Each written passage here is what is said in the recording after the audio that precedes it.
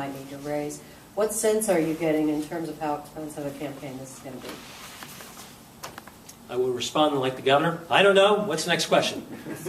What campaign? We'll worry about it after Labor Day. Now, in previous forums, Matt and I have responded similarly. It's going to cost a lot of money. We wish it didn't cost that much money. We wish we could focus more time doing these things, talking about issues that we sometimes agree, but more often than not disagree with. But the fact of the matter is, in the 7th largest state of the union, it does take a great deal of resources to get our message out. We know what we're up against. The governor has brought together many of his wealthier friends, rewarded them over the course of the last 3 years with tax cuts and Jobs Ohio giveaways, and now it's time for that kind of largesse to be rewarded, and the governor needs their support. The governor's eyes are not just on reelection in Columbus and Xenia, but he's looking off in Des Moines and perhaps Nashua. If the past is prologue, we know that the governor has great interest in running for the president, and he's going to use this election to attempt to springboard. Raising millions of dollars allows him to do that. From a standpoint of the Ohio Democratic Party, we know that we will have the resources needed to get our message out, and our message is clear. This election is about the incumbent.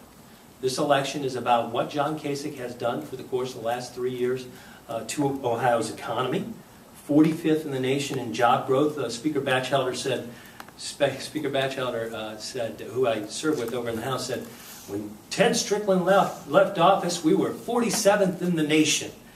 He didn't get the memo that in March of last year we were 48th in the nation, and now we're 45th. If 2 spots, 3 spots up in the last 3 years is progress, okay, we're making some progress, Speaker Batchelder, but our unemployment rate continues to be above the national rate. 416,000 Ohioans are out of work, 31,000 more today than a year ago. And as Governor Kasich continues to go across the state suggesting that somehow things are getting better, I'd like him to go to Ormet. I'd like him to visit Southeast Ohio. He said we only had 2 difficulties with collective bargaining and private sector employment issues. Cooper, and he mentioned Husky, I believe it was, 90 minutes ago. Failed to mention those United Steelworkers down at Ormet. 1,000 jobs that were left literally on the side of the road. We'll be talking about those issues over the course of the next 9.5 months. It'll take a little bit of money to do that in the 7th largest state, in a media market supported by all of you, and we'll be successful getting our message out. And Ohioans are going to answer the question, are you better off today with John Kasich's giveaways to the wealthiest among us, cutting resources for police and firefighters, putting teachers on the street, saying one thing, doing another, kicking 10,000 Ohioans off of food stamps out of one side of the mouth, and professing before the St. Peter at the pearly gates that he's going to have to answer about how he treated the poorest among us. Talking about the issues is one thing, doing the work is quite another, and we believe the facts are on our side. Yeah, I mean, I think we're going to know tomorrow a lot more about what the finances of this campaign are going to look like. In 2010, when John Kasich was challenging an incumbent governor, as everybody here knows how difficult it is to beat an incumbent governor in Ohio. It hasn't happened very often over the course of the last 100 years or so. He put together an excellent campaign and started working hard and filed at his year-end report with $4 million in the bank. So I think that's a good place to start. Does Ed Fitzgerald or whoever the Democratic nominee is going to be have that kind of money to at least get into what would be considered a competitive race to get up? We'll know more tomorrow. Maybe they will be, maybe they won't, and maybe they'll have to be facing a primary where they will be spending a lot of that money, and maybe they will not.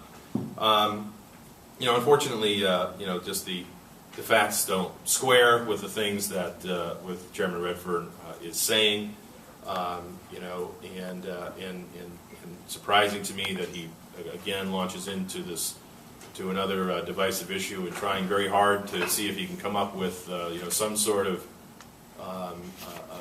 narrative of scandal that he can attach to either this administration or any that that quite frankly pales in comparison to what we saw in 2006 when we elected Mark Dan Attorney General.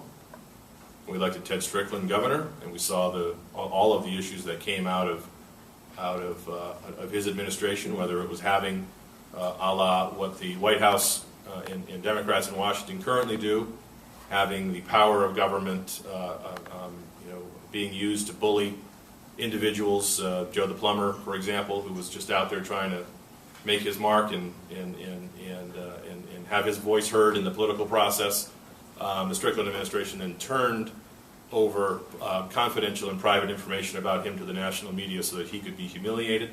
Those are the kinds of things we don't want to return to office. And then, of course, once the Mark Dan issue played itself out, and then Rich Cordray moved over to the Attorney General's office, the man who replaced Mark Dan, Kevin Boyce, his top deputy and very good friend, have just been convicted on multiple felony counts. Will be facing long prison terms for the things that the folks at the Ohio Republican Party were talking about. And the Democratic Party has a lot to answer for on those accounts. When Kevin Boyce was seated in the General Assembly, John Patrick Carney and Connie Pillich voted to seat him. We asked the question of them a few months back, did you know anything about this then? If you did, well, why'd you vote for it? Why did you think this was okay? And if you didn't, would you change your vote now? And both refused to answer our question. So there are real legitimate concerns on that side, and not the least of which, let's never forget, it was a small blip on the radar screen, but back in 2009 when Ted Strickland was out campaigning and had made a big deal about talking about how he was going to clean up the process, none other than Sharon Newhart was involved in a pay-to-play accusation. That was a story that I think Laura ran in the Dayton Daily News some years back, where they were promising access to, the Strickland administration was promising access to various officials within the party, and needless to say, the Democrats blamed that problem on the now, as we all understand, vaunted vetting process that goes on in that building, that those emails and systematic series of emails and invitations that went out promising that kind of access in exchange for campaign contributions just was an oversight and a mistake. Perhaps it was. Perhaps the Democrats need to realize where they have a huge blind spot and not try to go down another path that's going to bear no fruit, but is necessary for them if they're going to try to get any traction here, to try to create some challenges and some issues that really aren't there. So I don't remember mentioning scandal in my 3.5 minutes, but evidently there's something. I was going to say, I think if I'm keeping